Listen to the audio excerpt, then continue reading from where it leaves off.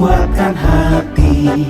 Negeri ini memanggilmu kawan, belajar bergerak berbagi untuk negeri. Guru penggerak majukan pendidikan, guru penggerak menghamba pada murid, kreatif rancang pembelajaran. Hargai potensi, tingkatkan prestasi, lahirkan. Bagaimana kabarnya ini? Alhamdulillah hari ini baik, Bu. Bagaimana dengan perasaannya Bu Karni hari ini? Nah, saya merasa tegang dan gugup. Oh begitu. Berdoa ya Bu ya, semoga nanti lancar ya Bu. Nah, untuk hari ini Ibu akan melakukan coaching pada rekan Ibu. Nah, apa yang sudah Ibu persiapkan untuk melakukan coaching Bu? Saya telah menyiapkan alutsista dan disesuaikan dengan prinsip coaching, yaitu kemitraan, proses kearifan dan memaksimalkan potensi. Oh begitu, ya bagus sekali ya Bu Karni. Jadi pada coaching kali ini, coach dan coachi nanti akan saya amati dan saya nilai sesuai dengan rubrik penilaian yang sudah Bu Karni ketahui. Dan Bu Karni juga harus menyiapkan pertanyaan ya Bu yang sesuai dengan alur kita. Nah, jangan lupa pada kompetensi coaching serta bagaimana coach tersebut merespon atau menanggapi pertanyaan coach. Nah, untuk coaching kali ini, Ibu ingin saya membantu mengembangkan kompetensi yang mana, Bu? Oh iya, Bu, saya ingin mengembangkan potensi mengajukan pertanyaan, Bu, mengajukan pertanyaan yang berbobot, mendengarkan dengan aktif, dan memiliki kesadaran penuh, Bu. Jadi ada 3 kompetensi ya Bu yang Ibu kembangkan, yaitu pertanyaan yang berbobot, mendengarkan aktif, dan presence atau kesadaran penuh. Nah, kompetensi mana yang secara spesifik yang ingin diobservasi Bu?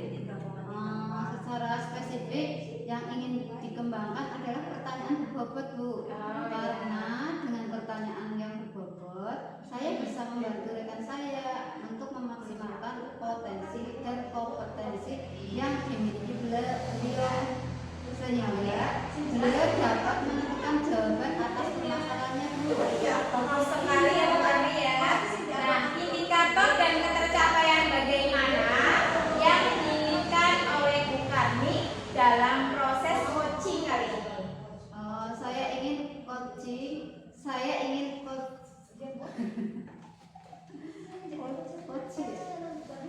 ingin coaching ini bisa menemukan langkah-langkah atau rencana aksi serta solusi dalam permasalahannya. Oh begitu, luar biasa sekali ya Bu Karni. Tetap semangat ya Bu. Semoga apa yang diharapkan nanti dapat tercapai. Nah, untuk pra-observasi sudah kita laksanakan. Sekarang silakan Ibu melakukan coaching bersama rekan Ibu. Ya, Bu. Terima kasih, Bu. Assalamualaikum Bu Karni. Waalaikumsalam, Bu Sri. Bagaimana kabarnya? Alhamdulillah baik. Ada apa, Bu Sri? Begini, mohon maaf sekali Bu Karni ya. Hari ini Bu Karni kira-kira sibuk apa tidak?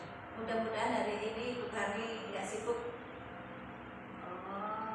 Hari ini kebetulan saya tidak sibuk, Bu. Gimana? Begini ya Bu ya, saya mau ngobrol sama Bu Karni. Nggak lama lah Bu, cuma sekitar 10 sampai 15 menit.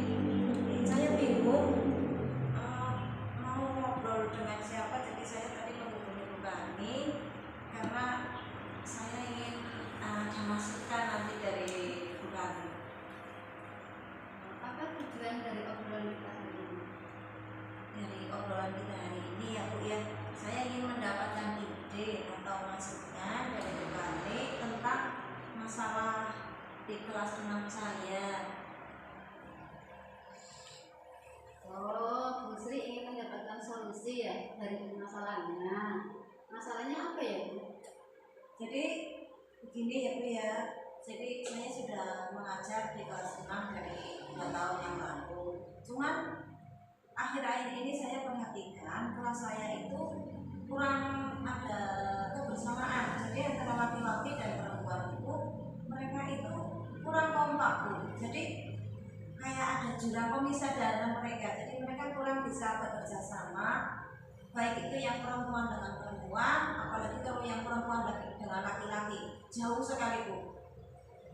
Oh, jadi Bu Sri merasa bingung ya dengan keadaan murid, belum ada rasa kebersamaan atau kerjasamanya kelompok itu masih kurang dalam kegiatan pembelajaran. Betul sekali Bu.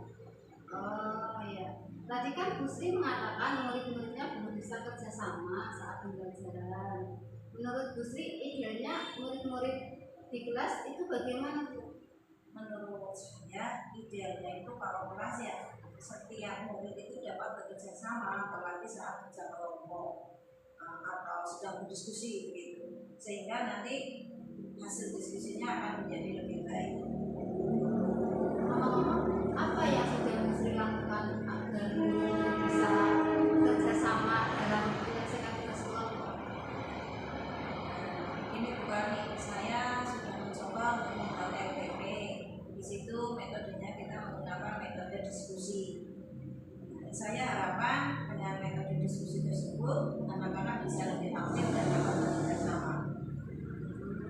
Jadi Bu Sri memasukkan metode pembelajaran diskusi itu sudah bagus karena metode yang diterapkan sudah sesuai dengan tujuan.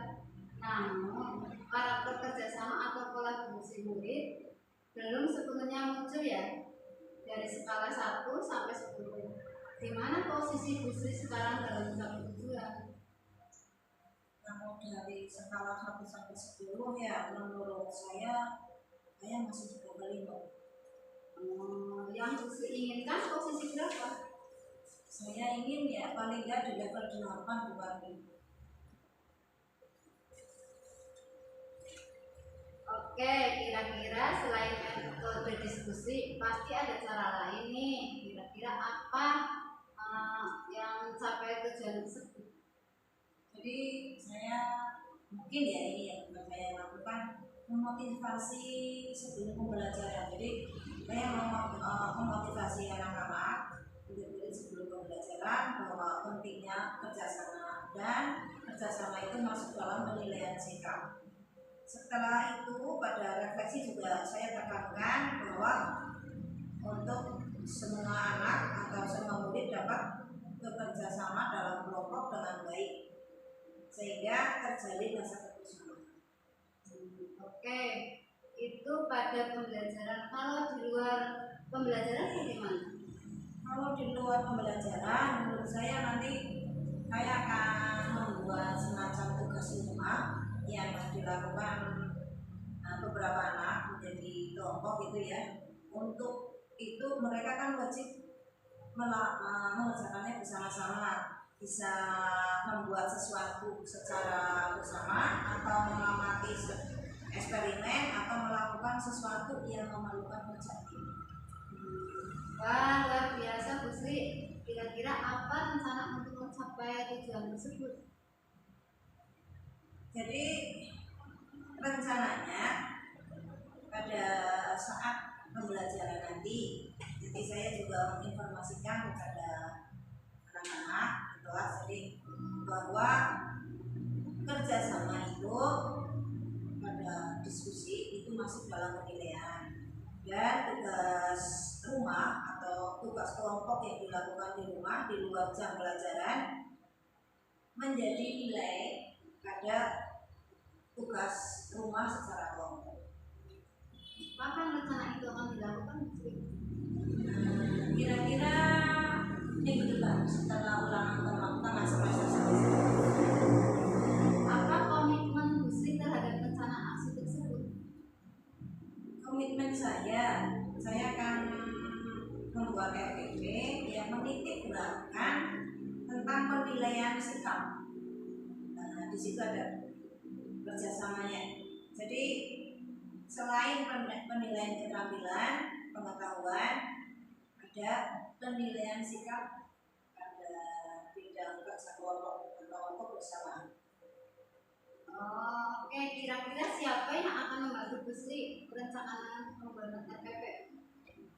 Saya akan mencoba membuat RPP dulu sendiri. Nanti setelah jadi, saya minta bantuan rekan guru di sekolah saya untuk memeriksanya, terus menolaknya. Mungkin ada yang perlu direvisi atau ada yang perlu ditambah.